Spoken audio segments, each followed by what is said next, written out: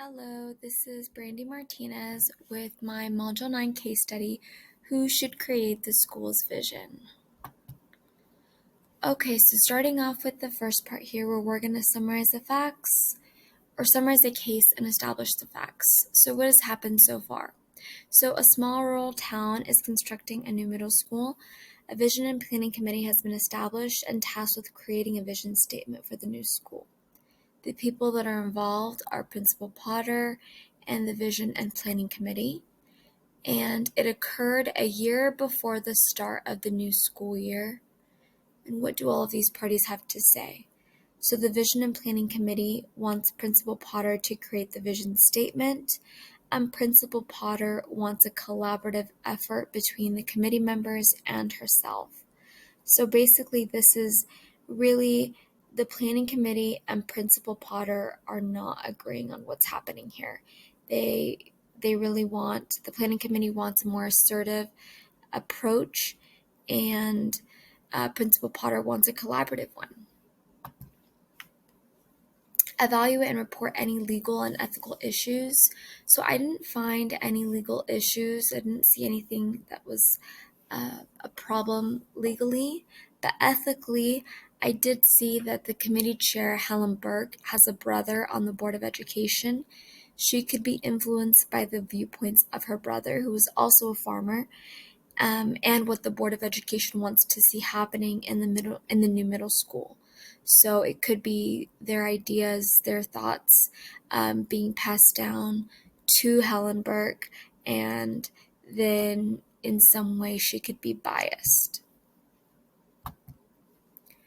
So synthesize exactly what has happened. So my statement here is that Principal Potter and the Vision and Planning Committee disagree on how the drafting and creation of the vision statement for the middle school should be created, because truthfully, that is the big issue here. So evaluating and the missing facts and placing the data into these categories. So people, places, and program. So some of the things that we don't really know are possible student input. Is there a way for us to get any of that? Could the alumni talk about their vision?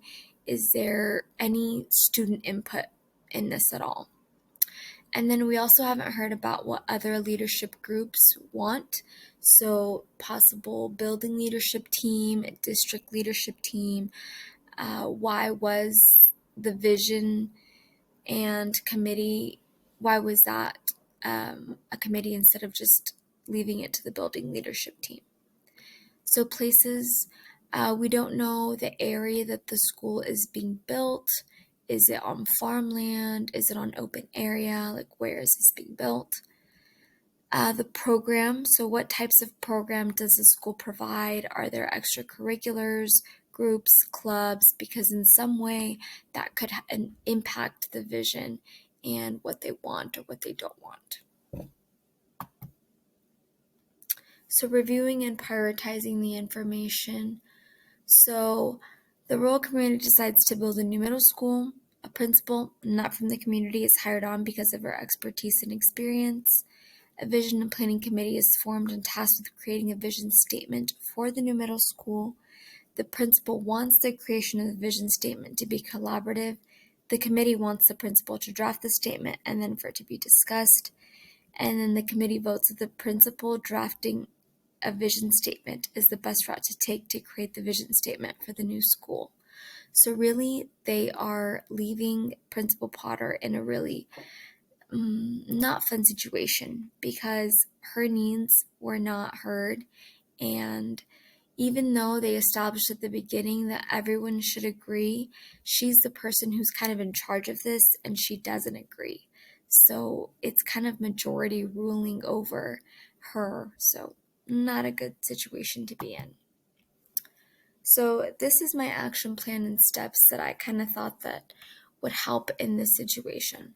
So the first, consulting with a principal mentor and possibly someone on the advisory committee who I feel I can trust to help me with the discouragement, because this is a big thing. Like, majority of the people on this committee don't want to do what I want, and I kind of need for someone in the advisory committee to kind of help me out.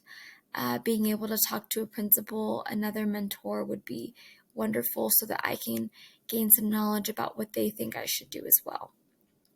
So the second thing I'd do would be talk to the advisory committee about the importance and need for collaboration and create a collaboration protocol and establish norms together.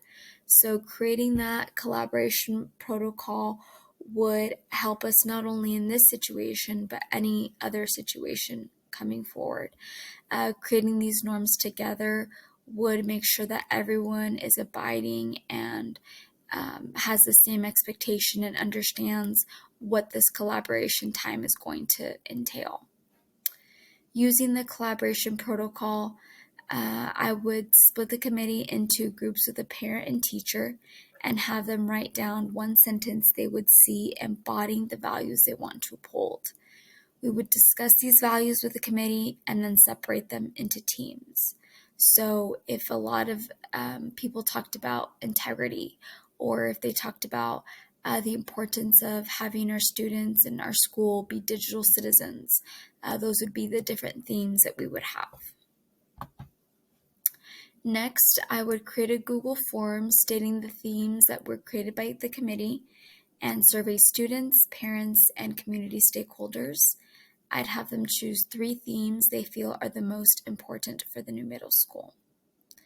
I would then gather the data and draft a vision statement to present to the Vision and Planning Committee. So because they wanted me to create a vision statement from the beginning, I think this would be where I'm compromising, because I am gathering all the data that we've gotten from the committee and from various stakeholders, and now I am creating that vision statement because they want me to be that assertive leader, so I'm going to do that. But then 6, I'm going to have the vision committee decide on a final vision statement they're prepared to share with the building leadership team at the school. So once the building leadership team has agreed, I'm going to share that vision statement on the school's Facebook page to showcase the collaborative efforts from the whole community.